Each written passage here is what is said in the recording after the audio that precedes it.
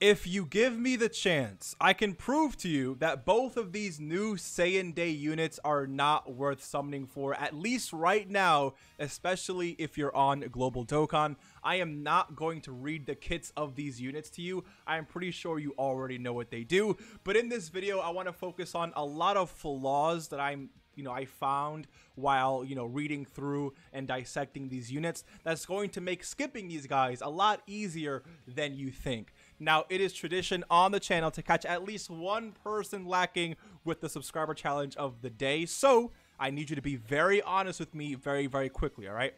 No matter what anyone says, if you're going to summon regardless on this Majin Vegeta, and you're going to spend a minimum of 150 Dragon Stones, you know who you are, you have to subscribe to the channel. You got caught lacking, it is what it is. But if you really don't know if you're going to summon just yet, if you want to hear what I have to say, what others have to say, if you want to see the showcases first, I'll give you the benefit of the doubt.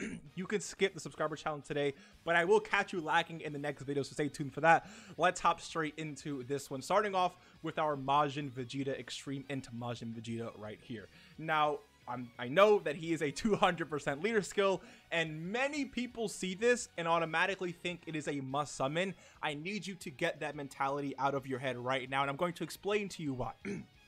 A 200% leader, I have to clear my throat for that, alright? A 200% leader skill is only valuable if the categories that are being buffed are categories you actually use and are categories you have really good units for. So instead of speculating, let's actually hop into Dokkan really quick and just see what this leader skill looks like in game, at least from the global perspective. Really quick, this guy does buff Majin Buu Saga and Vegeta's Family 3 key 170, and then Gifted Warriors category an extra 30% to stats. So in total, it is 200%. But again, let's see what this looks like in game. So if I go over to character list, go to my categories, let's go down to Gifted Warriors really quick, and then let's go to Majin Buu Saga first. So this is the first part of Majin Vegeta's leader skill. He's going to be giving all of these units on Global Dokkan a 200% buff. And this is what I'm saying when it comes to the value of the leader skill. I need you to ask yourself right now, and be honest with yourself, do not BS yourself. How many of these units do you see here are you constantly using every single day? Can you really say they're your favorite units? You run them all the time. How many of these units could you say that for confidently? If the answer is like less than 2, then this guy, in terms of this part of his leader skill, is just not worth summoning for. Who cares if he has a 200% leader skill if you're not running this guy, if you're not running this guy, if you're not running him? Now, if you do run a lot of these units, then I can understand why you would say, maybe it is worth summoning. But from this alone, and you being honest with yourself, you can tell right now that this is, at least this part of the leader skill is really not worth summoning for. Let's take a look at the Vegeta family side of things, though, because it's definitely a lot better than this. So Vegeta's family is right here. Now, when we take a look at this part of his leader skill, right? Vegeta's family and Gifted Warriors are both selected right now. This part of his category is definitely a lot better, right? We do have this chat on it. Super Saiyan for Vegeta getting an easy, at least on global, in the next few months is on this category. We do have this guy on the category. Definitely a few powerhouses here, but my point remains the same. Are you really going to get the most use out of this new Majin Vegeta with, like, while running all these, Vegetas for the next 2, 3, 4, 5 months? Like, are you really going to, like, make a whole Vegeta's family team? Like, again, if you're a Vegeta fan, I get it, go ahead and summon. But if you're not using these units, it's really not worth summoning for at the end of the day. Yes, there's good units on this category, but personally, I don't really use many of these Vegetas. I know others don't necessarily use a lot of Vegetas, so for us, it wouldn't necessarily be worth it. But like I'm saying, if you use a lot of these Vegetas, then I can understand why you would say, all right, Mr. Baby, this is definitely worth summoning for. I'm getting a lot of value. All these Vegeta units, or at least some of these Vegeta units, I'm constantly using on a day-to-day basis, making this guy really worth it. Because again, when you spend 1,000, 1,500 stones on this Vegeta, Majin Vegeta, I'm telling you right now, you better be using this guy, because that is a lot of stones you are throwing out of your account that you could have used for the anniversary itself. All right, so that's just the first thing I want to talk about in terms of leader skill. Yes, it is a 200% leader skill, but I just showed you, the units on the category are the units that are getting buffed are good, but nothing too crazy, A, and B, how many of you guys are really using a lot of those units. So just be honest with yourself. Do not BS yourself, and don't waste your stones because you're fooling yourself. Just letting you know. All right.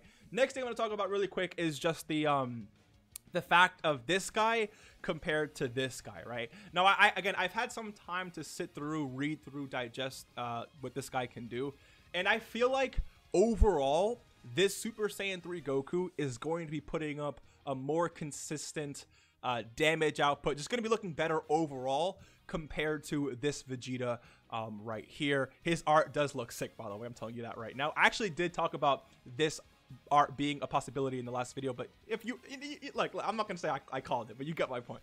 Anyways, so I do think the Super Saiyan 3 Goku is going to be looking a little bit more consistent. The thing is, this Vegeta, his kit is very, very powerful. He does have this 30% damage reduction, but I mean, you need a Trunks on the team. The reason why I don't really like that is because even though there's a lot of Trunks units in this game, I get that, right? It's very easy to get that 30% damage reduction, but not many I wouldn't say, you have to understand that not every single Dokkan player has a really good Trunks in their box. Just because there's a free-to-play Trunks here, free-to-play Trunks there, doesn't mean that free-to-play Trunks is going to be really good for the team.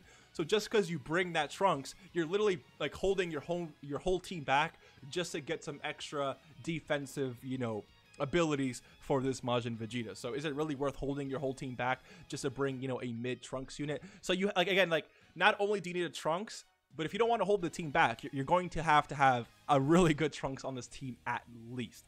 Which brings me to my next point wait, well, before we even hop into that, again, I think if you want to summon for the Super Saiyan 3 Goku, and STR Kid Buu, I think you skip this guy. Okay, I'm telling you right now, I think this is an easy skip, especially if you want to summon on Super Saiyan 3 Goku and STR Kid Buu. Because, again, I just think this guy is just better overall. And if you do that, you are saving more stones right now to give yourself more chances to pull this guy. I just think he's better overall. But I guess we'll have to see what he looks like in terms of the showcases and stuff. So that's, you know, for Majin Vegeta. Now I want to talk about this unit right here. And you guys can let me know if I'm tripping or something, but I just don't understand the existence of this unit. Like, we literally have this unit, who, by the way, all right, dropped like last year in March. This physical Goten and physical Trunks, which I still would say is better than this unit right here, even though this unit is a whole year older. The thing is, this unit does look really, really good on paper. You have to understand, though, that their stats are gimped to be a not support unit, but like a banner unit. Like, they're not going to be putting up these insane numbers just because you see all of these numbers in their kit. Again, they look very, very powerful, but when you factor in how low their stats are going to be, they're not going to look that great overall. This unit, who's a year you know, older, is going to, I'm telling you right now, unless, again, I do reserve the right, not reserve the right, like, there's definitely the possibility of me being wrong. This unit might just be absolutely better, but like, I just think this unit is going to outperform this unit in literally every regard. On top of that, you have this really powerful active skill that allows you to dodge every single attack, get 6 ki, and then this unit, to activate that on the 3rd turn is so powerful. And this unit obviously has a lot of good categories, which allows you just to really utilize that in difficult content. And then on top of that, once this unit gets all that done, they do build up a permanent chance to dodge. This unit here, very, very interesting, has a part of their kit that looks like the same as like AGL Birder and stuff, where this unit has to attack first in order for them to dodge. So, like, in terms of dodging, like, so they can't really be that. Man, I just don't like the design of this unit. I don't understand why they exist. Why another Goten and Trunks, the same exact name as this guy? You can't run these two together. I don't understand. Honestly, I would have really, really liked like an AGL or Tech Extreme, you know, Evil Buu that supported Majin Buu Saga, or even maybe Extreme Class Majin Buu Saga, 3 ki, 40%. You know, he was really, really powerful. And then I'd understand it, because now you can buff this guy, you can buff some other Majin Buu Saga units. Then that would make this whole video a lot different. But this guy's good. Majin Vegeta is good, okay? I just think that in terms of what these banners are offering, it's not going to compare. And speaking of banners, I will drop a video I think late tomorrow talking about what the banners are most likely going to look like for both global and JP, so stay tuned for that. But I'm telling you right now, I already have an idea what the banner is going to look like because I already did some research on it, but no matter what the banner looks like, it's not going to be anywhere close to the value that these anniversary banners have. So if we're just focusing on a value, yes, these banners blow Majin Vegeta's banner out the water. I don't even have to see the banner to know that. I think we all can agree no Saiyan Day banner is beating anniversary banners. Let's just be honest here, okay? This unit himself is good. He does not compare to the anniversary LRs. I don't understand, like, this. If you have this unit, you literally do not need this unit. It just doesn't make any sense. And if you have this unit, or if you, let's say you don't have this Goten and Trunks and you pull this guy, GG's, all right? Because again, now you can definitely use a really good Goten and Trunks unit. But once you end up pulling this guy, again, they literally replace this. It's not like if you could use these two on the same team, dude, why does he have Krillin on the name? If you could use these two on the same team, then sure, but you can't. So I don't know, man. Let me know what you guys think. This unit is useless. This unit is good, but I do think Super Saiyan 3 Goku might be better. Again, we have to see the showcase just in case. But it just again, this guy has no restrictions from his kit.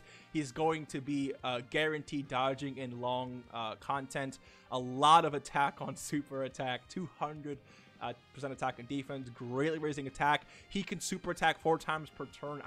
I don't see this Vegeta at his best performing better than this Goku at his best. And this guy is literally coming out a month later. If you want to summon on anything, you might as well summon on this Goku instead of this Vegeta. And to be honest with you, you might as well just skip, save for this banner or save for these 2 banners, save up those red coins, and just go ahead and buy this guy whenever he comes back. Because again, he's not bad. He's definitely good, but his leader skill is not as good as people are saying it's going to be, unless you run a lot of Vegeta family units that I can understand. And for you, it's definitely going to be really, really good. So let me know what you guys think. Are you still going to summon for this Majin Vegeta, or are you going to save for the future? Remember, tomorrow's video, I will be just dissecting, or not dissecting, but talking about what the banner should look like for both Global and JP. So again, stay tuned for that. I personally will be summoning, not on my main account, so don't be like, yo, Mr. Baby, you said not to stop. Like, no, I'm not going to be summoning on my main account. I do have another account ready to go for this, so stay tuned for that live stream. It's going to be very, very hype. I expect to see a lot of you in there, at least. I mean, you might be summoning with me, that's perfectly okay, or just see me get shafted, see me get lucky.